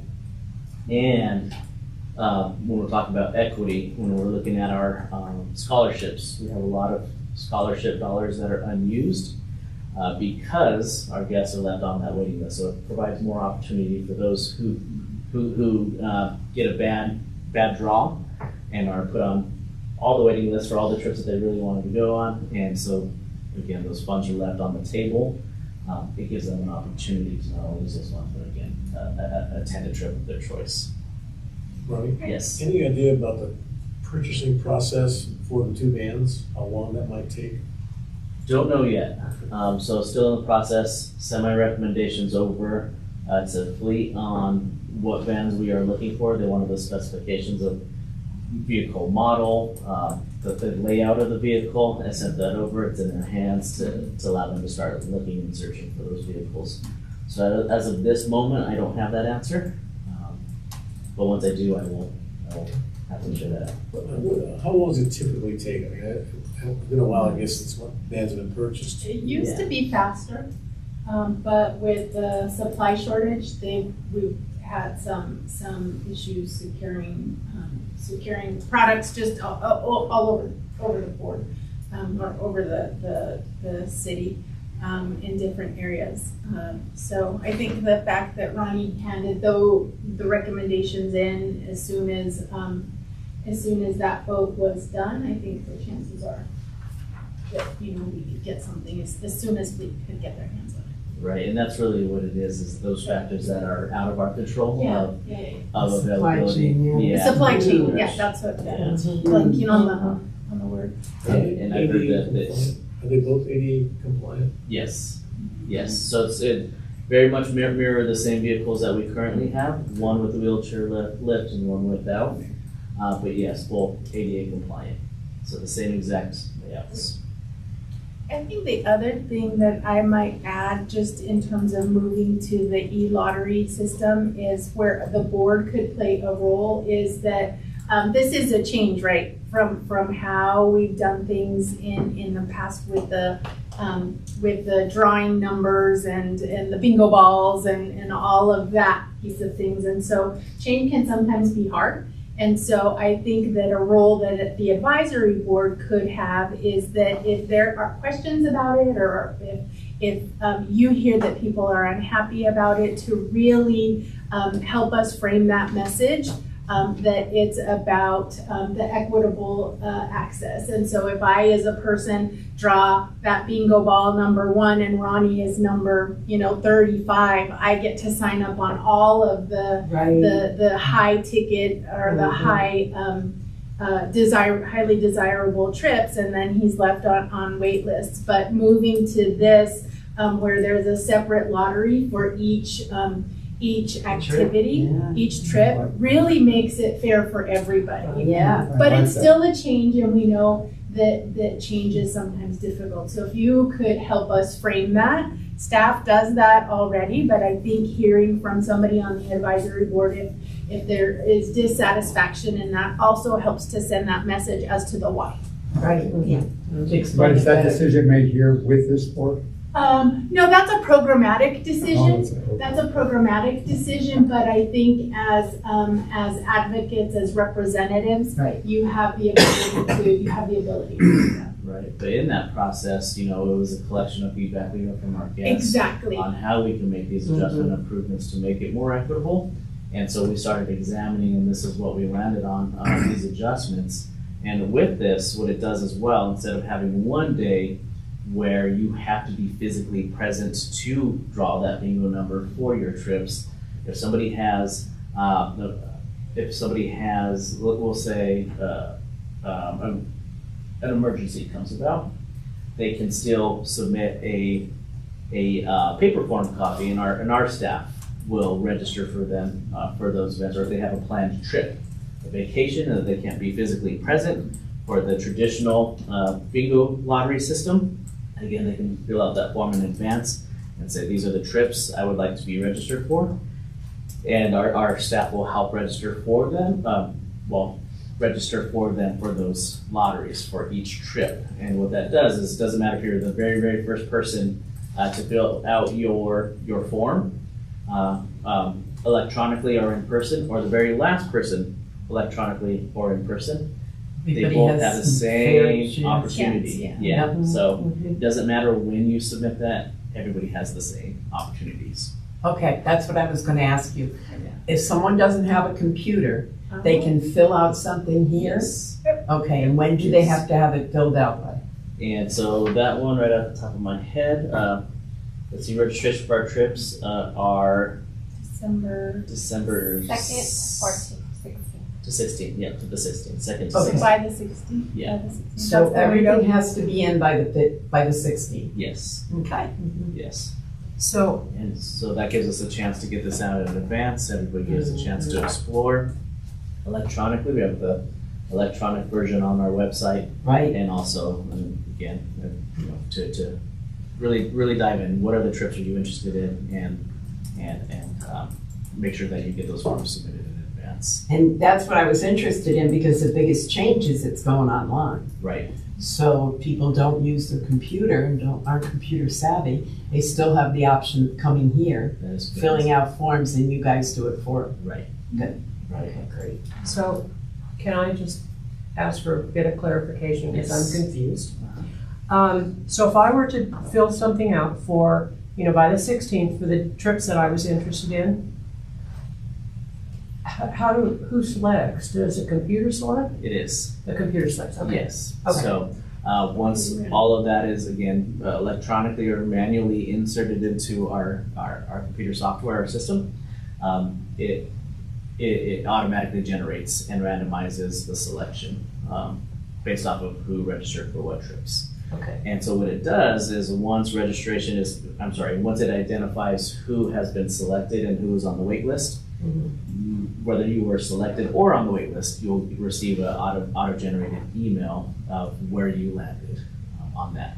So if I was third on the wait list, I would get an email showing that I'm third on the wait list, so I'm aware of where I was for each of those trips. What would happen to people who don't have emails? That is something that we will have to work with our guests to help set up if we need to. So we're working with our SATC on that as well, to help register if for any reason you don't have somebody with an email. No, I mean to find out if they're on any, if they got on the trips and stuff. Right. So if they don't have an email, Right. yeah, They just come in here Yeah. and they can find out. well, we can pull that up exactly. So we Right. can come to our front desk. But what we want is to have our guests set up and register correctly. And so if they don't and they want to register on their own, our SATs is an option to help set up an email account for Oh, our okay. guests as well. All right, but I know people who don't have a computer, so. Yeah. But they can just come in here Absolutely. and they can find out. Yeah. Good. All right. So Oh, again, they have phones though. What? They have phones. Yeah, but sometimes. and as you can see, if you've been around our facility, walked around the whole building, we have a couple trees in our lobby that are in sight. So we have our Deck the Halls food drive going on right now. Really picked up this year from last year. We have 9 total trees last year. It was a brand new program we started for this food drive event. We had a couple of them. This year we have 9.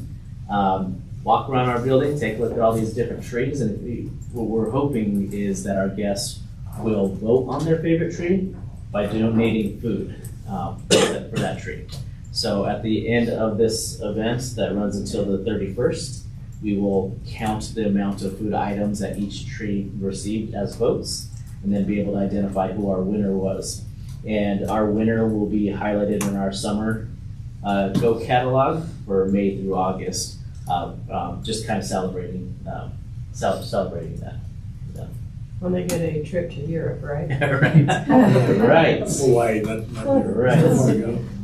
And in our Go, we do have, we have extended travel up and running again.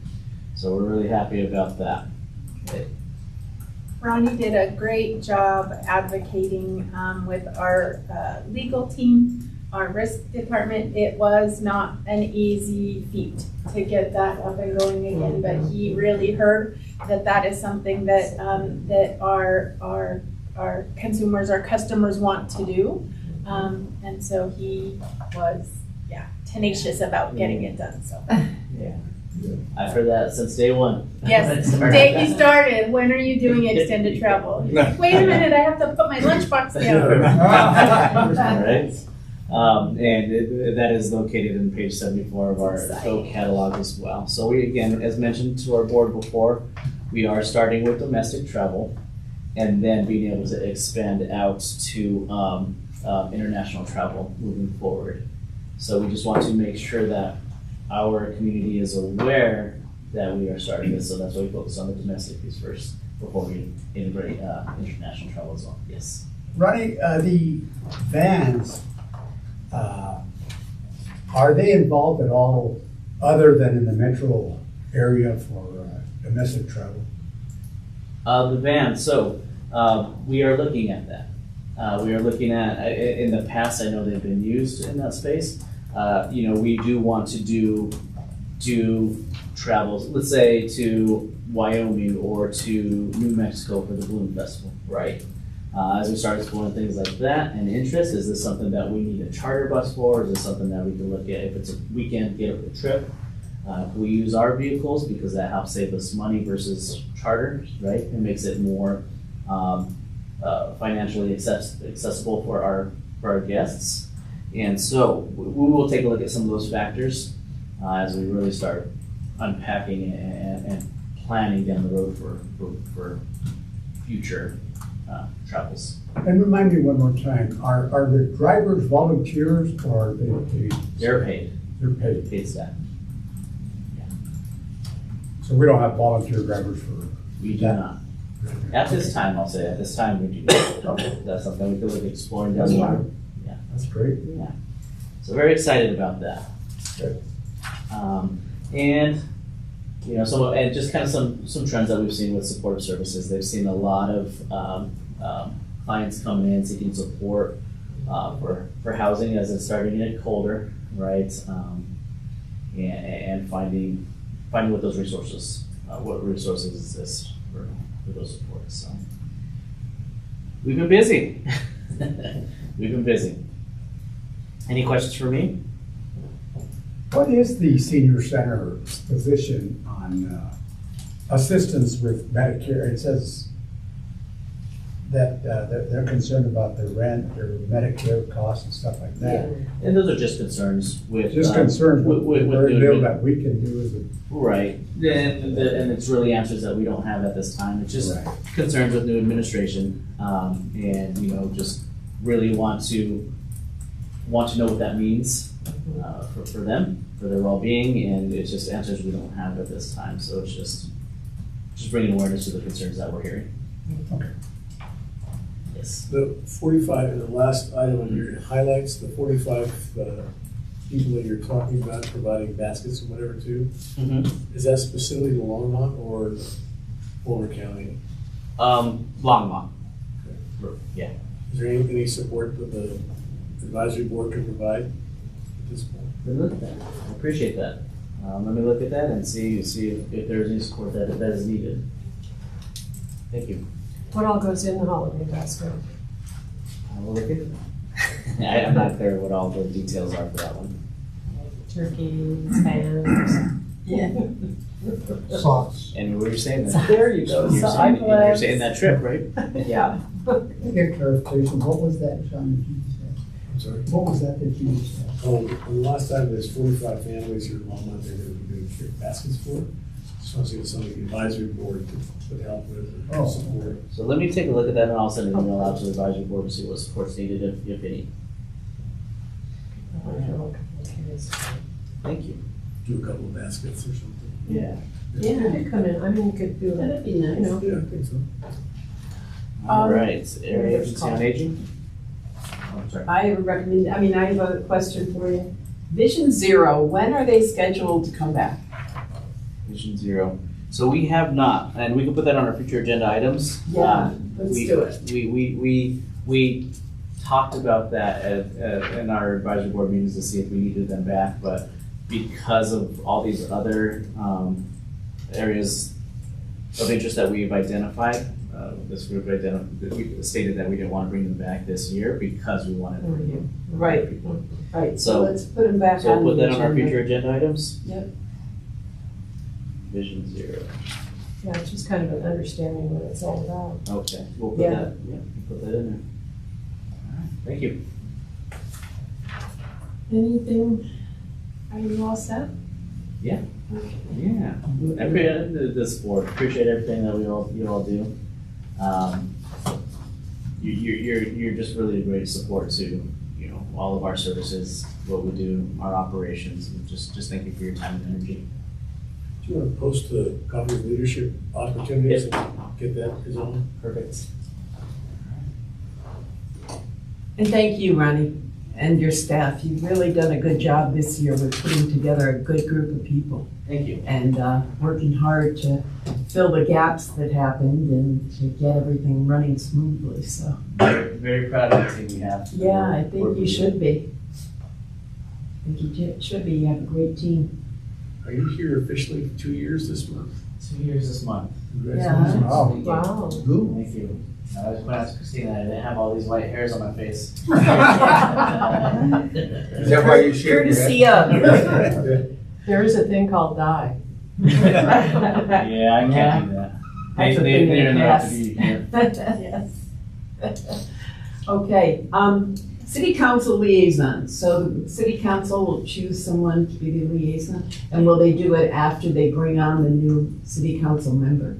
I'm not sure what the process is when a city council member steps down. I can follow up with the clerk's office to see what that looks like. I just And didn't then know get if there'd back. be a gap in between of us not having someone, or if they'd appoint somebody. I'm thinking that well, I know what they're going to do is kind of redo the liaisons. And so there could be a gap if the existing members don't sign up. Or if somebody does sign up, then there wouldn't be a gap if an existing council member of the 6 or 5 that. Okay. And thinking of that, I would like to figure out when we want to get on the city council agenda to do our presentation like we did last year. Now remember, this was only an informational presentation. It had something to do with the recommendations that we had made previously to Harold, but it was really just to continue to let people know what happens here at the senior center. So when did we do it last year? Does anybody remember? I think it was April or May, yeah. Do we want to look at the same thing for this year? Well, Maybe possible. May? Harrison will be here- May. Harrison will be here in March, Right. correct? I'd like to give us some time to organize ourselves around the 4 topics we talked about when Dave was here. Right. So give us a couple months to That put it makes together, sense. practice it maybe in May and present in June. Give us that. I would think there was some reason why April or May was It has something to recommended. do with the budget. Right. And wasn't Okay. June too late? Or was it? June just is too kind of late, pushed it? Yeah. because Memorial Day-ish is when Ronnie needs to have his initial budget asks into the system. Okay. So I So- think that's why you did it in April. Yeah. 'Cause So May's you kind think of pushing April or it. May? Do you think May is better, or you think April's better? What's your recommendation Probably on April, that? because then that could give Ronnie time to, maybe end of April if Harold's coming in March. End of April, because then that'll give him a month to kind of hear what Harold has to say, hear what your recommendations are, and prioritize that. And should we get in touch with Harold and ask him to get on the agenda? Just let us know when, let us know what date, and Ronnie can reach out to Good. Erica, Okay. his executive assistant, and get it in the books. Perfect. So look at end of April. End of April. End of April. March for Harold, and then end of April April for the council. presentation to the city council. Yeah. Perfect. Yeah, and that's something that I can do. I can get you on the city council agenda, and Ronnie can get you on Harold's. Does that make sense? You have some PowerPoints again? Sure. Happy to do that. Okay. All right, great. Area Agency on Aging, I kind of already did the report that I sent out to everybody, because the big point was that we have a day coming up, February 13th, I think it is, right? With the legislature, state legislature. We're gonna have a breakfast at the state, And we're gonna be inviting various legislatures that we feel have influence on topics we want to discuss with them. And we're in the process of putting those topics together.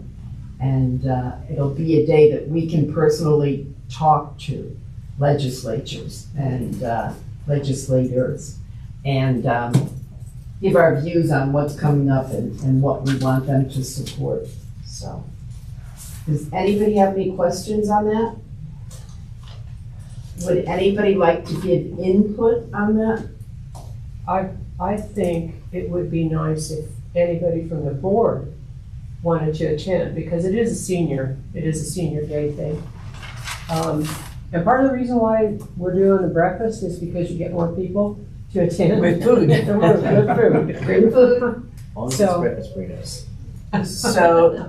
So everybody could potentially we're all invited to attend, other than the people on the agency? Yeah. Okay. And I think that they're going to try and provide some sort of transportation, which would be really nice. That way you don't have to We worry could about meet where you're going to someplace park. and just, If we all met here, and went down or whatever it was, but of course we'll get more information back to you guys on that, but yeah, it's And that day was February 13th. It's a Tuesday? day before Valentine's Day.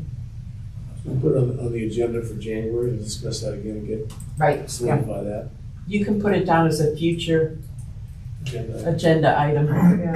It's just discussing older adults day. Mhm. Uh-huh. Would be January. Senior day at the legislature. We want that I January. think or it's called February? Older Adults Day, isn't it? Older adults day. That's what I have It could be, done. yeah.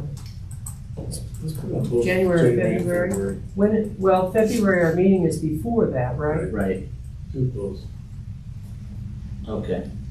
Well, two votes. We'll do it for January, and then if there's a reason to put it on February, we could do that. If there's not, we'll just do a reminder, that works. okay? All right, and, hang on 1 second, everybody.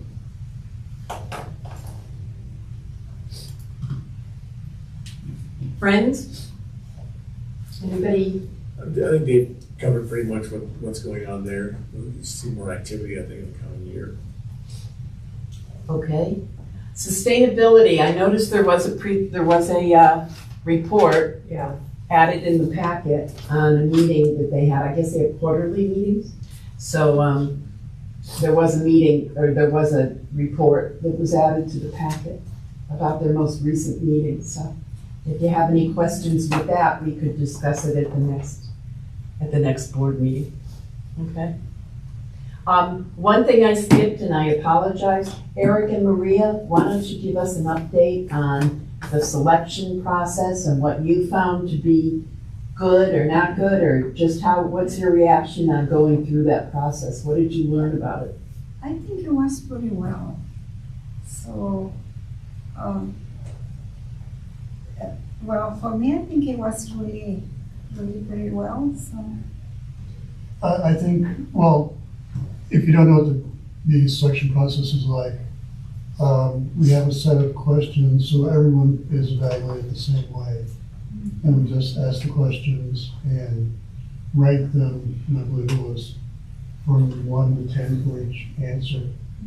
And we did that, and we had some very excellent candidates, and we, at the end, there was a consensus on which candidate should move forward. And I thought it went great. So what kind of criteria did you have, just generally, candidates? Do we even talk about that? I don't know. Not. Yeah. Just generally what you were looking for. I think, yeah, to talk about just in general what you're looking for, but not discuss any Yeah. specific, yeah. I think it was more people who had some knowledge of what was going on here and sort of what was going on in the seniors here already. Some experience with volunteering, more enthusiasm for what we do. Yeah, and what they are want to be part of the board, and what they offer, or what they want to bring to the board, and what kind of commitment they have to be here. It was really interesting. That's right. Now, you picked two, right? Yes. Okay. Is that the most we can have on the board, or is there room for more in the future? I think there's opportunity, I think there's a process to add additional seats. But is that max right now? Right now, yes. Oh, okay, okay. But then if we decide like throughout 2025 that we want to increase Yes. the number on the board for the next, The process for that, yes. right, we can do that? Good. Okay. That's my understanding. Okay. So how many people total did you have? I'm just curious how many people even applied. I don't know how many applied, but the amount that we interviewed was 4. We Okay, have 4 applicants. okay, 4 applicants and then Dave. Yeah. So, okay. Well, yeah. Right. but Dave did not have to interview, so we had 4 interviews. Okay. It's just been in the last couple of years that we actually had more than we needed, huh? That hopefully says something about us, what we're doing. Speaks to the work that you're doing, People absolutely. are knowing, hearing more about what's going on, so that's a good thing. They're getting older. Okay, upcoming legislation. These are the future agenda items. So the upcoming legislation, Sandy's gonna get in touch with us and let us know what is important to our focus, which is seniors in Longmont and supporting the seniors in Longmont. So as we get anything, Ronnie, you'll get them and you'll pass them on to us, right? Absolutely. Excellent. January and February, employment is going to be an issue as far as who we have come and speak. Who do we have set up in January? Do we have anybody set up? Dave was leading that one. Yeah. So Dave was leading employment. I haven't heard from him on any work around that. I know collectively the board's been, has identified up until this point, who and what we're gonna be focusing on. I think he was waiting to see, come January, what the board structure looks like before he starts unpacking employment. I know because January is a busy board meeting anyway. So I know it's on here for January, February, but I think it's gonna be more February. But again, as to what work he's done around that, I haven't heard from him. Okay, so coordinated entry is also Yeah. kind of up in the And air? that's why we put January, February for both Right. of those, because January. Whichever takes one, the other one will. Yeah, yeah, Yeah, And and we- Bertho could do the coordinated entry either. right.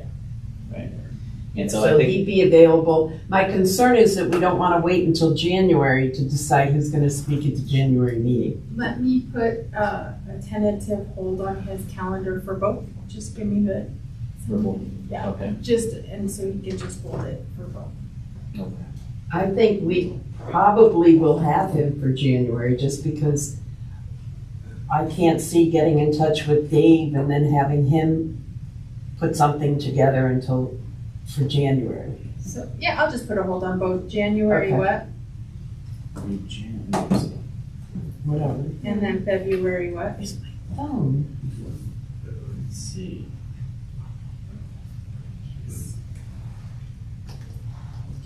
So it's not Oh, I first. think,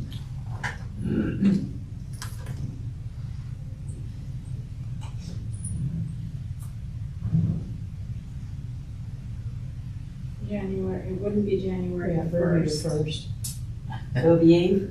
Does it have to be? I think we chose I the- thought we Or no, decided. that's right, we moved it to the second. To the second, Oh, right, we did. okay, so January January second. second, Yeah, I thought it was second. 10:30, does that work? Yeah, And then February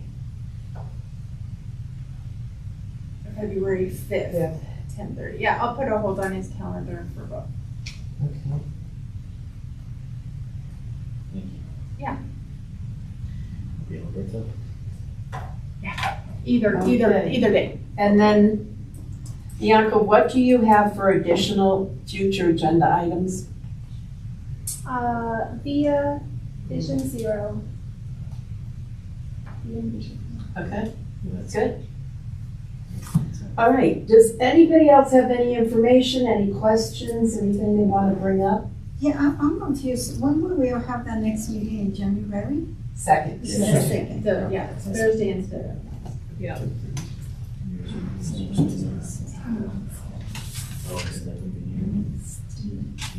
Give everybody a chance to have menudo before they come in. And that meeting, the January 2nd, will be in room D. Okay. Not in here. And then in February, we're coming back in here. Okay. So that's just because we switched the day. So we're all gonna drag in from January 1st, right? Is that- Right, exactly. That's cool. Board voted. Menudo first, I'm telling you. Right. I used to serve that. I used to work in a Mexican restaurant in Boulder. Senor Miguel's. Oh, yeah. And they'd come out and I'd go into the kitchen to pick it up and I'd be looking somebody else bring it to the table. I'm kidding. I'm not I used to would love some right now.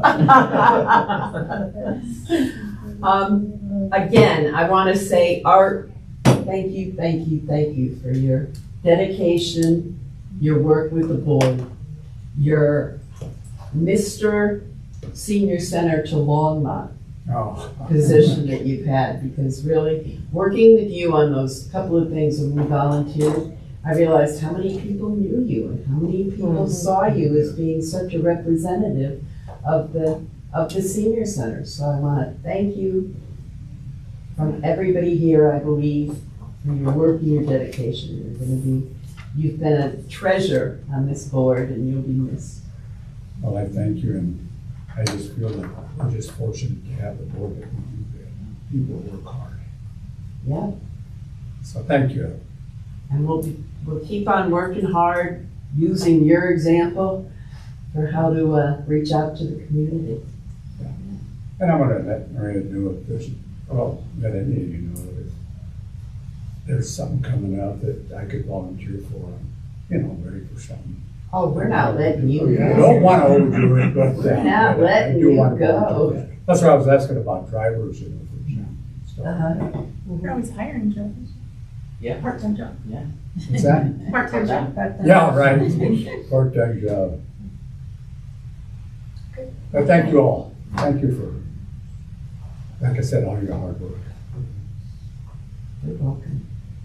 Can I have a motion to adjourn the meeting? That's 1 second. Oh, This sorry. January meeting, what's the typical agenda for January? It's first meeting of the year, what happens? So this would be my, I guess, second, when I came in the first one. Yeah, so, I don't know, it's just really bringing in new board members, and there's a lot of focus last year on what the goals are for 2024, so. And I guess what's that process, so now that you've been identified as our chair, advisory board chair, I guess that's really your direction. I'm glad you're asking that. That's You'll good. get together with, every month, you'll get together with Ronnie and set the agenda for the meeting. I'd like to ask the board at that meeting, to also talk about what you all would like to do. How you see all of us contributing Sure. to the senior center and supporting what goes on here, and connecting with friends and other groups. So we'll spend some of the time talking about specific what each board member would like to see happen. So, Does that go on as a future agenda item, or you just know it when you build that agenda? And so what'll happen, right, so we'll Okay. what we'll do is now I'll reach out to, John to find a date where he's available, so we can craft the agenda based off of conversations we've had at this meeting. Perfect. Right, and anything he's come across since then as well from the advisory board members. Okay. And I just want to mention, I happen to see, I was sent something that is a recommendation on things to donate for food banks and for food drives. And I'm going to send it to everybody because it was really interesting. They were saying like mac and cheese, boxes of mac and cheese, you still need milk and you still need a way to cook it. Other things that were just recommendations, but kind of helpful things to know. So I'll send it out to everybody. does that have culturally accepted foods also? Did you notice? There's some foods that people don't like. some different groups, I'm just wondering if it's on that list too. Don't know. You can look at it when you get it and see if it, how far it covers and things. But it was just helpful for me, and I like spreading it out because, you know, I do donate to food drives, and I like to make sure what I'm giving them is actually helpful, as helpful as it can be, so. Okay. Ever on white peas. Wow, this is, I'll take it off your list. All cans should have flip tops. Yeah, it and should. stuff like that. Okay, is there anything else at all? Can I have a motion to adjourn? Motion to adjourn. Second? Eric and John? And thank you, everybody. Thank you very much for your work. Thank you for 2024. And we'll see you all back in the new year.